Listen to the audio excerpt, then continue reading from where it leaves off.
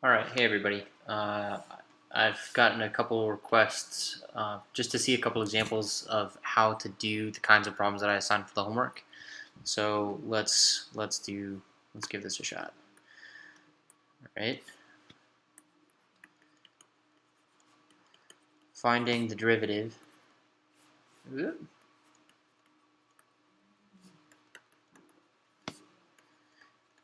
using the difference quotient.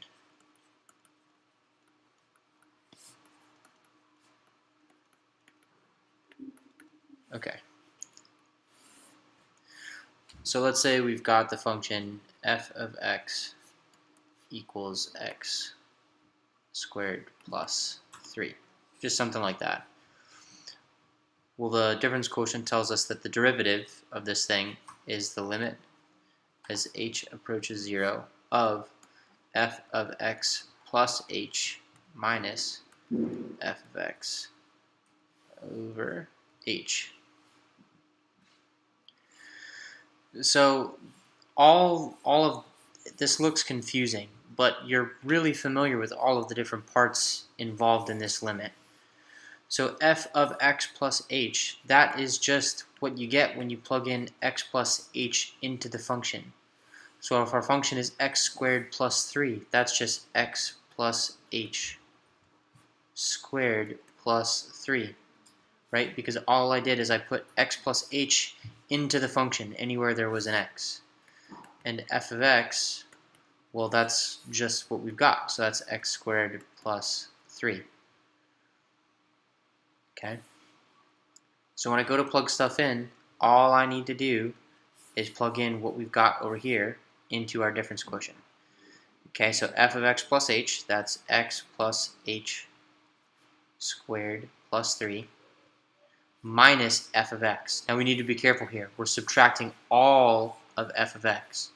So I have minus x squared minus 3, right? Because we're subtracting all of x, f of x divided by h. Okay? Well, let me FOIL this out. So I get limit as h approaches 0 of x squared plus 2xh plus h squared. Oh, hold up. Still figuring this out. There we go. Okay. H squared minus x squared, or plus 3 minus 3. So watch this. We're just going to cancel these 3's out because we know they're going to cancel out. X squared over h. Now this other cool thing happens. These x squared subtract out, right? X squared minus x squared. So we've got the limit as h approaches 0 of now 2xh plus h squared over h. Now notice that there's an h in each of the terms up top. So what we can do is we can divide out this h from each of the terms. And so all we're left with is the limit as h approaches 0 of 2x plus h.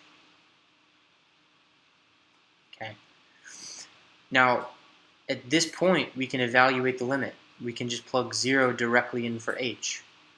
Before, we couldn't do that because we had an h in the denominator, right? So you can't divide by 0. But at this point, when we plug 0 in for h, there are no issues here. So evaluating the limit of 2x plus h as h goes to 0, that's just 2x. So that thing that we get